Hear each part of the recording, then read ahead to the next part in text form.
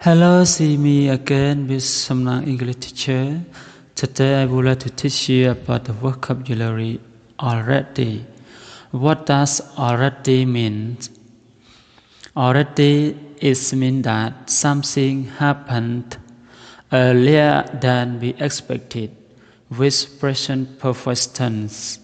Already normally goes after have or has and before the main verb. Example 1. You have already made the money for your family. Example 2. Have you already made the money for your family? Example 3. You have not already made the money for your family. Okay, thank you. Bye.